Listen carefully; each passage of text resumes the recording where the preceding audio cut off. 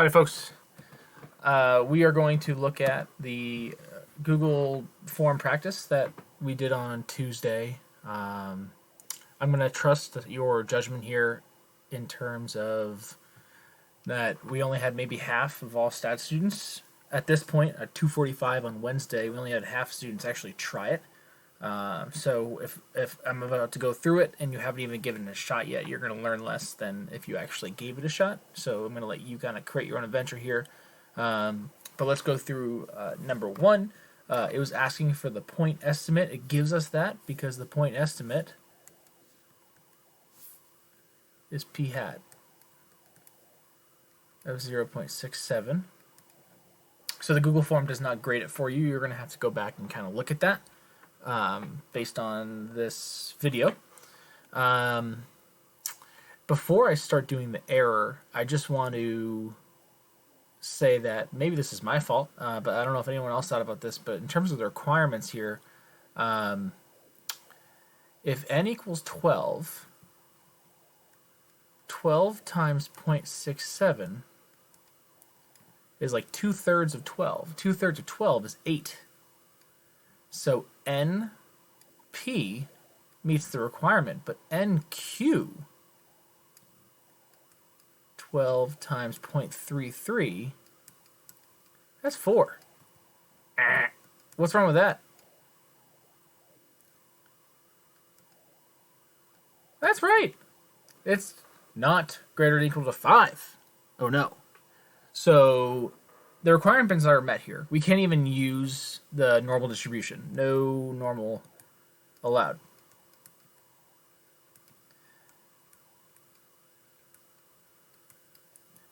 So we're going to ignore that and just practice using the formula. So it's sort of a bad problem, but it's always good to think about what the requirements are. So our error, E equals, we're going to use Z, because this is a proportion, even though we're not allowed to. That's what this told us. We're going to pretend. Z sub alpha over 2 times the square root of PQ over N. All right. Z for 95%, that's our favorite one. That's 1.96.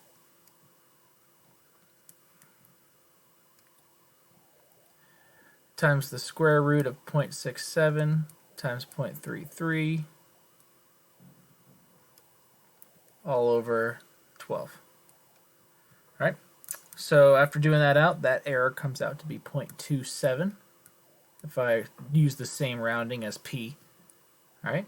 So then our interval, the high end, is going to be the estimate plus the error, and then the estimate minus the error.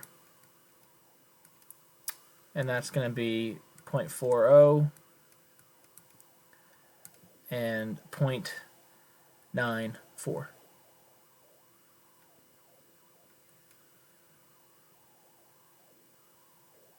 Okay? So that's the first one. And the reason why I didn't make it a Google quiz is because the rounding was going to be so crazy. So if you're around that, good job. If not, it's so important that you stick up with or keep up with messaging me or emailing me, because that's how we're going to do this. I'm not going to run another Google Meet this week, or this today, but just message me and I can chat with you on Google Meet essentially, and I can help out. Okay. Number 2. Let's see. Before we get started, are the requirements met? What do you think? Yes! Absolutely. And the reason why is this magic number, which is teacher's worst nightmare in the classroom. I can't believe I brought in 69 golf balls. So n is greater than 30. Sweet. We don't even care what the population looks like. I have a big enough sample. We're good. Sweet. So the point estimate is going to be x bar. So when you're estimating a mean, we use the sample mean. That should make sense. To find the error, we're going to have to do our central limit theorem. S over, well, it would be great if I had sigma, but I don't, because I don't know anything about golf balls. So I'm going to use the sample standard deviation divided by the square root of n. And since this is an underestimate, I'm going to use t instead of z. So let's go do the t value first. We're doing a 90% confidence interval. So if I draw my little normal curve here, I'm putting 0.9 in the middle, which means I have 0.1 split between the ends. So that's your alpha over 2. It's split. So I have 0.05 here and 0.05 here. So what's the area that I'm going to use in inv t?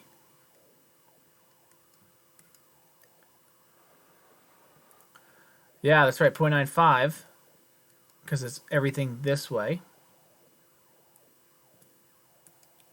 Comma, now I'm going to put in the degrees of freedom. That would be n minus 1 is our df. Okay, n minus 1 is the degree of freedom, so that would be 68. And when I put that on my TI-84, or if you go into Desmos, I posted the video on how to use that for Desmos. It took the calculator a little bit. Like, it has to think, it has to go dive through all the tables that are programmed into this. So it's some serious computing. That comes out to be 1.668. Okay.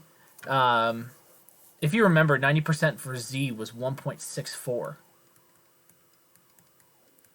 Okay, so these are pretty close. This is an overestimate because this was an underestimate, right? But the reason why they're so close is because of this. The sample's so big. Remember when you dragged that degrees of freedom up higher on Desmos, the curve became closer to the normal curve. So that's what you're seeing here. This is only off by 0.04 or so. So what we're going to do now, that's your t value. So I'm going to label this. So when you look back at it, t sub alpha over 2. You get 1.668 times the standard deviation of 0.149 divided by the square root of 69. After doing all of that out, you should get an error of 0.08 grams, 34 grams. So the interval is 45.711 plus 0.0834 and 45.711 minus. So if we take a look at that, that's going to be 45.628 and 45.794. Well, we certainly had golf balls outside of this range, right?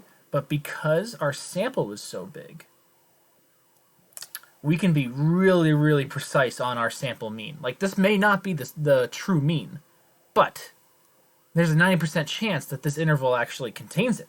90%. So if we did a 95%, it would be like a little bigger. But when those golf balls were different weights, well, we can ignore that because of how many we took.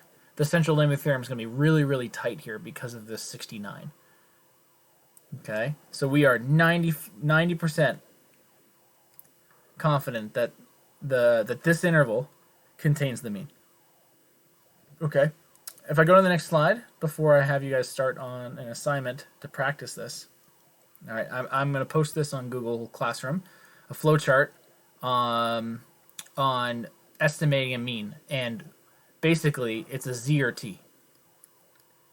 Do I use Z or do I use T? So you're going to start up here, and I don't know if flowcharts work for you in terms of your understanding. I couldn't think of a better way to do this, maybe a top-down web or something, but let me know if this works for you or if it doesn't work for you. So the first question is if the sample is greater than 30.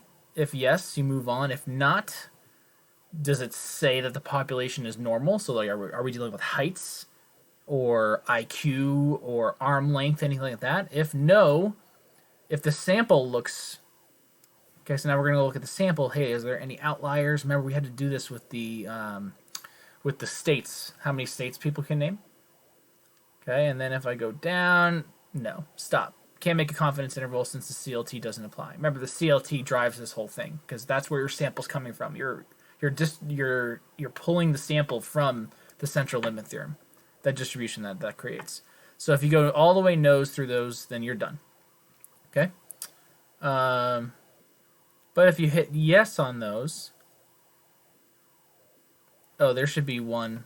My bad. I'll update this for later. How does the sample look? Are there any outliers? Oh, I should change that. If yes, then bad. If there are no outliers, then we have a yes. And we can come up here. I'll add that. Okay. So if you know the population standard deviation, if you absolutely know it, then cool, use Z. Okay, because that means that means you're not estimating here. Okay, what the heck is? Whew. All right, it doesn't like the PDF.